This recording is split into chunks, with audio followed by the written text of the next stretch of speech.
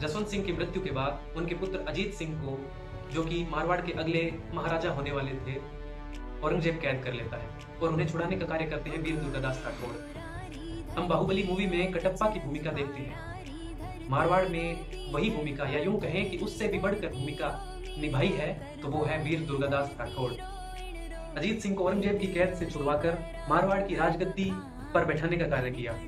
अजीत सिंह को राजा बनाने के लिए दुर्गादास ने 30 वर्ष तक संघर्ष किया। उन्होंने औरंगजेब के खिलाफ युद्ध किया, लेकिन वो कामयाब नहीं हो पाए, सफल नहीं हो पाए।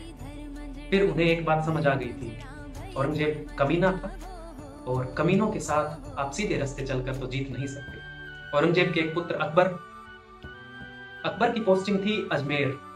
औरंगजेब के पुत्र अकबर के पास दुर्गादास मैसेज भिजवाते हैं कि अकबर बादशाह बनना चाहता है।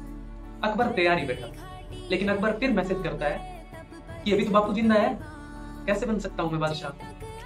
तो दुर्गादास बोलते हैं तुम चिंता मत कर, तुम बता बनना चाहता है क्या, तेरे बापू को तो मार लेंगे। अकबर कहता है ऐसी बात है तो ठीक है, कार्रवाई शुरू की जाए।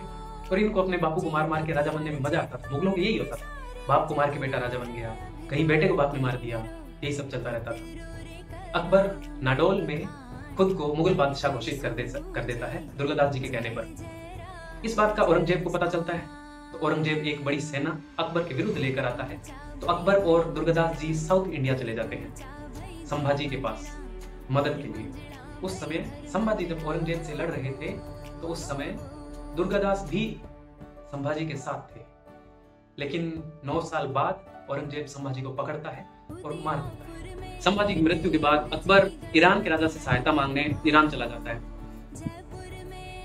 और वहां पर अकबर को मार दिया जाता है। तो अकबर के बेटा बेटी दुर्गादास के पास थे। दुर्गादास उनकी देख रेख कर रहे थे। बेटी का नाम सत्यतुनिसा और बेटे का नाम बुलंद अख्तर था। औरंगजेब को जब पता चलता है कि मेरा पोता पोती दुर्गादास के पास है, तो दुर्गादास जी के पास मैसेज भिजवाता है कि दुर्गादास जी मेरे पोते पोती तो मुझे सौंप दीजिए। तो दुर्गादास जी कहते हैं नहीं, जो अपने बेटे को मारना चाहता था क्या गारंटी है वो अपने पोते पोती को छोड़ देगा, इसलिए मैं तुझे आज सौंपू न कल।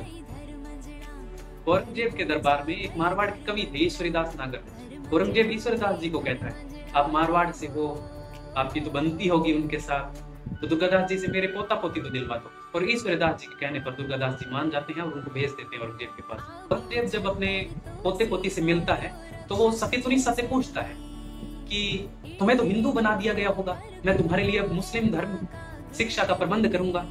तो वो बोलती है कि नहीं, क्यों, मुझे हिंदू क्यों बना दिया गया, मैं तो मुस्लिम हूँ और मुझे तो सब कुरान की आयतें वगैरह सब याद है, मुस्लिम धर्म के जो भी होते हैं वो सब रीति रिवाज मुझे याद है, आते हैं। औरंगजेब पूछता है तुझे कैसे आते, तो वो बोलती है एक मौलवी जी आते थे सिखाने। तो बोलता था मौलवी जी को कौन भेजता। तो सत्यतुनिसा कहती है बाबू जी भेजते थे। तो औरंगजेब पूछता है बाबू जी कौन। सत्यतुनिसा कहती है दुर्गादास राठौड़। औरंगजेब कहता है वो तुम्हें मारता नहीं था, वो पीटता नहीं था। सत्यतुनिसा कहती है अरे मुझे तो फ्रूटी भी वही लाके देते थे। अब औरंगजेब के लिए आश्चर्य की बात थी।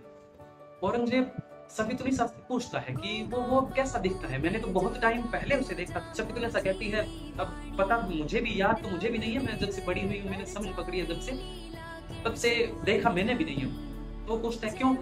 वो बोलती है कि जब बाबू आते थे मिलने या बात करने कोई, तो हमारे बीच में एक पर्दा होता था, वो कभी भी उन्होंने मुझे नहीं देखा और मैंने उनको नहीं देखा। वो कहती है बाबो कह पुकारती जानू नी उन रो वेश, कारण के निज नैन स्यूं देखो नहीं दुर्गेश।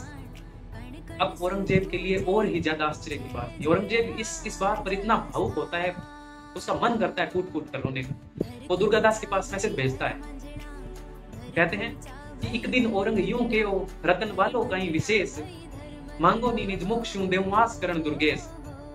कि हे आस्करण के पुत्र दुर्गेश, आज मैं इतना प्रसन्न हूं, तुम्हें जो भी विशेष जो भी अच्छा लगता है, तुम्हारे लिए जो भी विशेष है तुम मांग लो, आज मैं सब कुछ देने के लिए तैयार हूं। इस बात का रिप्लाई करते हैं दुर्गादास जी, खग वालों ने जग वालों मरुगर देश, शाम धर्म वालों निज वालों नरेश। मुझे खग तलवार अच्छी लगती है, ये संसार अच्छा लगता है, मुझे मेरा मारवाड़ का देश अच्छा लगता है, लेकिन सबसे अच्छा मुझे जो लगता है, सबसे अच्छा जो मुझे प्रिय है वो है अजीत सिंह।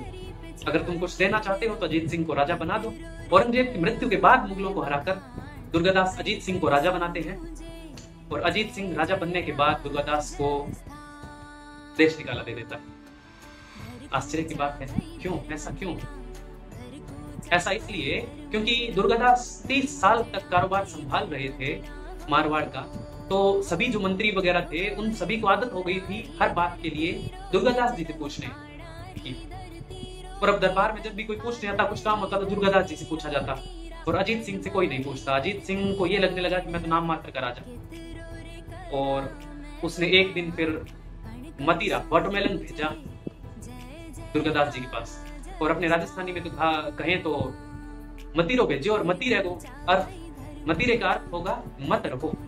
और इस अर्थ को बांधते हुए दुर्गादास जी मारवाड़ छोड़कर चले जाते हैं। पहले मेवाड़ जाते हैं और उसके बाद मालवा चले जाते हैं। उनकी छतरी शिप्रा नदी के किनारे है, इसलिए दुर्गादास जी के बारे में कहा जाता है, उग्या नख्तर आत्मिया जो धने इतिहास, एकल ध्रुव तारो अटल दिखो दुर्गादास। स्वामी भक्ति का ऐसा उदाहरण हमें और पन्ना थाय मिलते हैं, या दुर्गादास मिलते हैं। इनके अलावा तीसरा चेतक मिलता है, कोई मिनख तो नहीं मिलता। धन्यवाद, फिर मिलते हैं किसी एक और कहानी के साथ।